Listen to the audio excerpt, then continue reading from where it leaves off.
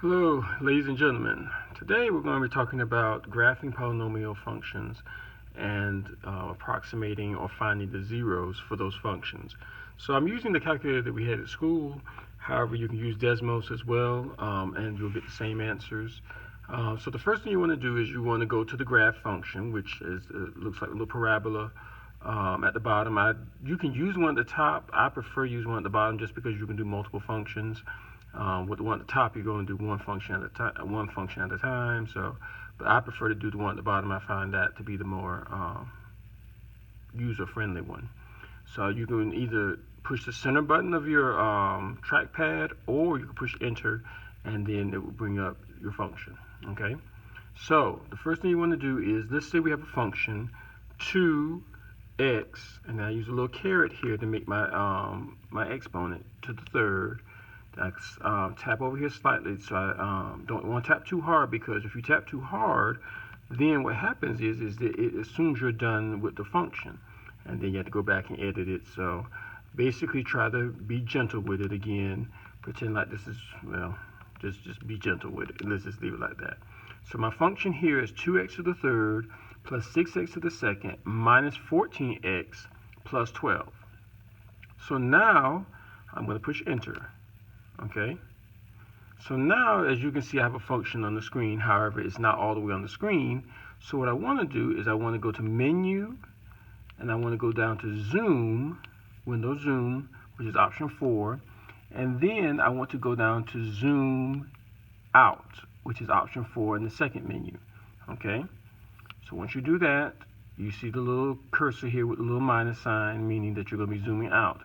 So I'm going to push it, get it to about the center of the graph on the screen, and push it once, push it one more time, and that should be about it. Okay, so from there, what you want to do is you want to go down to Menu again, and then go to Trace. Okay, and then you want to graph trace, and then what happens is you're going to see this little circle with an X in the middle. So you can move left or right to move it up and down, okay? As it goes up and down the function, you move it left and right to go. You move it left to go to the left, and it will go up and down as the function goes up and down, and to the right. What you want to do is you want to scroll down until you see the word zero. Do you see the word zero in yellow? That tells us that that is the x-intercept for this particular function. So that means that our x-intercept is negative 4.74. So the first number you want to use that as your x-intercept, because remember, x-intercepts is always going to be a number and then 0. Now, as you can see, you might say, well, Mr. Harper, what is this 2.4 e to the negative 11? Well, remember when we did scientific notation? This is basically when it's not exactly 0, but the calculator is going to approximate that as your x-intercept, or your 0, your y-coordinate of 0. So whenever you see that, just know that it's going to be 0. So all we're concerned with is the first part of it, which is here, negative 4.74. So that is the x-intercept for this function. Now, if you go along the graph, you won't see any times it crosses the x-axis. So that's the only time you cross the x-axis. So that's basically how you find your x-intercept. What I also like about these calculators, and also with Desmos, it will also give you your maximum and minimum. Okay. Now, there's another video on it, but I'm just going to show you, since I have the calculator here, how you find your max and minimum. So you keep scrolling until you see the word maximum or minimum. So I kept scrolling it to the left or right until I saw the word maximum. Okay, so when I see that word maximum in yellow, I come down here and look at my coordinates, and here it's negative 2.83, comma 54.3. So that is the maximum for this function. Now, this is not an absolute maximum, because there are values that are higher than that function. If you look at the right side of the graph, you'll see the line keeps going. So that's going to be an absolute. This is going to be a relative maximum. A relative maximum. If it's an absolute, that means that there's nothing below it or nothing above that maximum minimum. That's kind of what the other video discussed as well. But I did want to go ahead and tell you how to find the x and how you find your maximum minimum. So that's our maximum.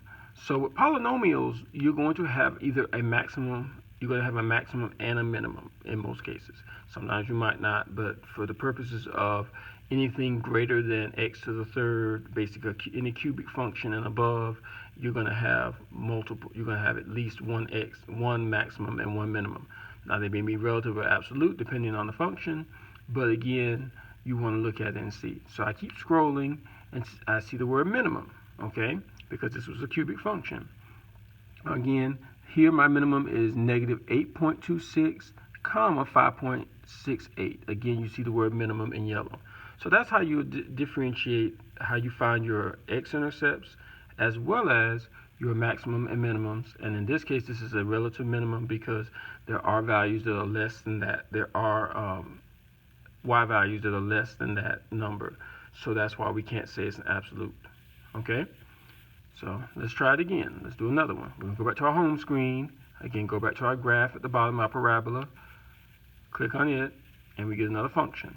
All right, so now we're going to type in, this time we're going to get a polynomial, which in this case is going to, with a degree of 5. So we're going to have 3x, and then do a little caret to do 5. And come over here again, tap lightly, minus 5x to the 4th. Again, tap lightly, minus 2x to the 3rd, plus x to the 2nd, minus 6x, plus 8. Okay, so that's our polynomial. So it's a degree 5 polynomial. We would call it a quintic polynomial. Quintic polynomial, sorry. All right, so we push enter. And again, we have our function. I apologize for these light colors. I have no idea why these light colors are coming up. So I apologize if you can't see it. I'll try to zoom in a little better. Try to zoom in a little better and see if you can see a little better. All right. So give me a second to move it in position. So that should be a little better. Let me redo this for a second. Give me 1 second. Let me redo it and do a different color. So maybe that'll be better. So again, that was 3x to the 5th minus 5x to the 4th minus 2x to the 3rd plus x squared minus 6x plus 8. Okay, that's a little bit better. It's brown, so try to zoom in a little, zoom out a little. Sorry. Zoom out a little. So it might be a little bit better to see. All right. So again, we have a polynomial, and we're going to just go ahead and go straight to trace because we want to find the x-intercepts here.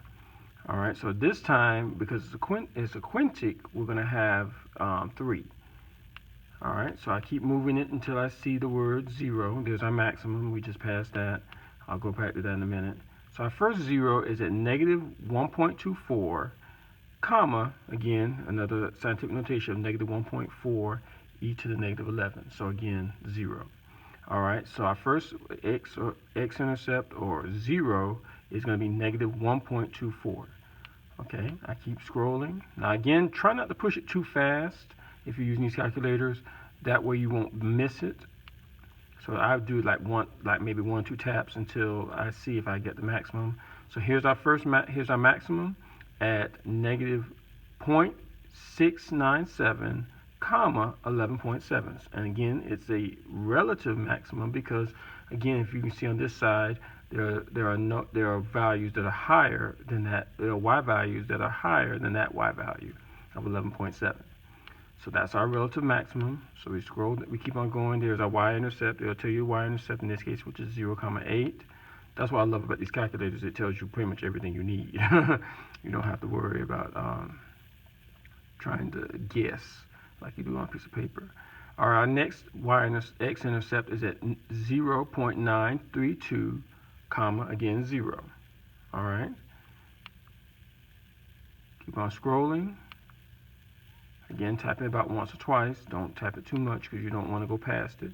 If you do go past it, you can always go back to it, but to me, I don't like going in reverse too much. So our relative minimum is positive 1.62, comma, negative 8.56. And it's a relative minimum because there are values that are less than negative 8.56, and we can tell that by the left side of our graph. All right, so then that's our relative minimum. So our last x-intercept is 2, 0. So we looked up this one, we only have 1. So that's basically it, guys. That's how you find your relative maximum minimum, as well as how you find your x-intercepts on the TI-Nspire calculator. Now you can also use, if you have a TI-84 or TI-83, Desmos also does it. With Desmos, you're going to have to actually take your cursor and find it. Okay? Thanks for listening, and I'll talk to you in the next one. Bye.